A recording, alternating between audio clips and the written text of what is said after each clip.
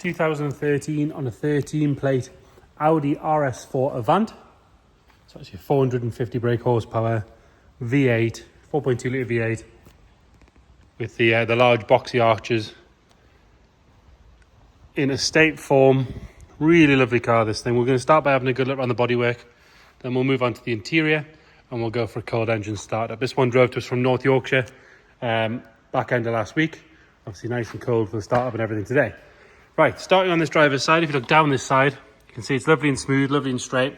The way the light hits these, so the difference between the door and the front wing with a large arch does make that colour look slightly off, but if you follow the car down the side, you can see it's all one colour grey all the way down. It's just the way these large arches sort of bend the light a little bit. Driver's front wing, a couple of very minor, you can't even see them on camera, stone chips on the front wing where it flares out, but you are talking quite a chunky front wing there. Lovely and clean on the top section of the flare and along the top of the wing. Inside the arch is nice and neat all the way around, even around where the sort of the little mud guard comes in. There's no sign of any corrosion popping through or anything like that. It's on a nice set of standard Audi rotor alloys. And we've got Michelin Pilot Sport 4S's all the way around. Huge discs, look to be nice and clean. Calipers look to be good as well. Coming down this side, if we go up the A-pillar, there's no real stone chips or anything to whinge about there. Nice and neat down the bottom. And then up onto the roof, we've got no stone chips or anything on the leading edge. There's a very light scratch just in the middle of the roof there. But other than that, the rest of the roof, especially being such a long panel, is lovely and tidy all the way down. It does have tints on the rear windows, clear on the front. And then the RS and the S of these models got this sort of brushed aluminium wing mirror, which you always want to make sure in good condition because they're quite expensive to replace. This one is in nice and neat. The gloss black belt line trim all the way down is good as well. Quite often that can go milky.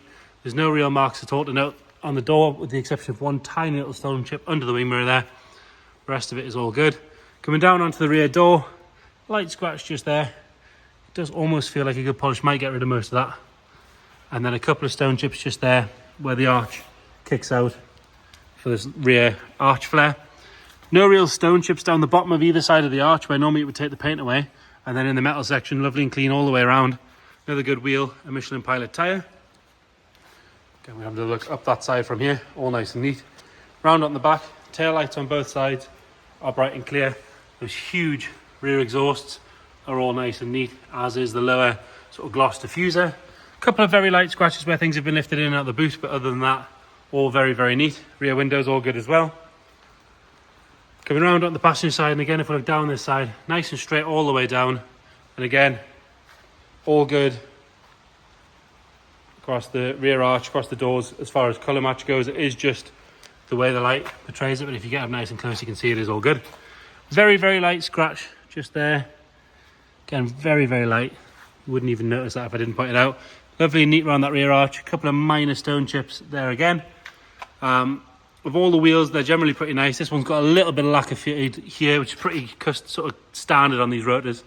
If you're picky, you don't want to get that refurbed. Another good Michelin tyre. No other real marks to note down here. Quite often this gets all flaky and horrible, but this one's still nice and neat. All good on both doors. Gloss section's nice, glass is good. We can have another look at the roof from here. There's no sign of any stone chips across the top edge or down the A-pillar. Another good wing mirror. And then onto the front wing, same again, nothing nasty coming out round behind the mud guard. The arch is nice all around. We've got one little chip just there on the arch. Another good matching Michelin Pilot tyre. That little chip there is sort of linked with, there's a very light, can you just see that? Just see that light scratch there again, looks like it would polish out. Round on the front, lovely lower lip there, is not damaged or scuffed. A couple of stone chips on the front, as you would expect. And then a couple more on the bonnet, but nothing major. The rest of the bonnet itself is all nice and neat and tidy. Onto the interior, and again for me on these RS cars, the interior is where it's at.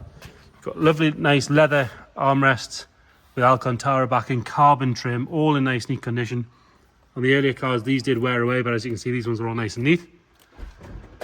Open the boot while we're here, we'll open the bonnet. You'll notice electric tailgate as well.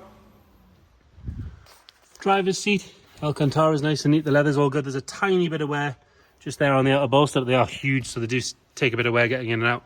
Electric with bolster. What else we've got? We've got all the usual RS specs, so auto lights, steering wheel controls, obviously RS perforated flat bottom steering wheel, virtually no sign of any wear at all on that. DSG gearbox with all the iDrive sort of, or Audi's equivalent, sorry, of the iDrive, the nav unit, everything on the screen here for the multimedia. You can see the electric seats work because I've leant on the button and it's gone all the way back, no problem at all. RS cars get the darker black headliner, which you can see is lovely and neat. There's really no signs of any wear to any of the carbon trim or any of the gloss black, which can sort of get scratched up quite easy if you're careless. It's obviously had a good owner. Centre armrest, again, that's lovely and neat. Nothing to whinge about there.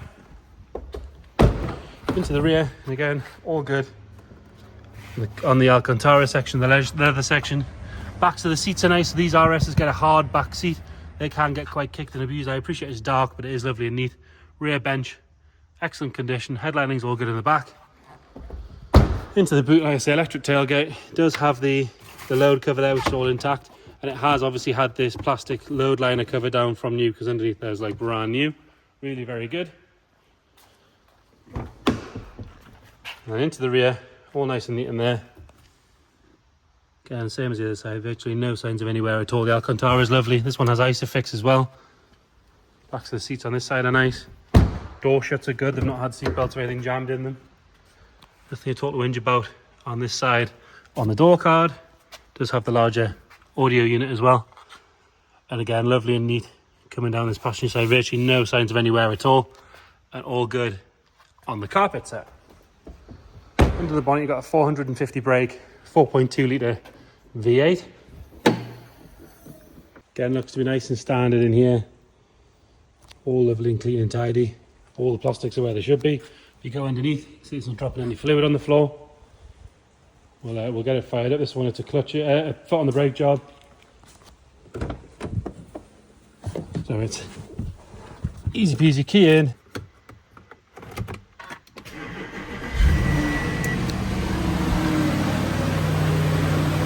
Firing up on the button.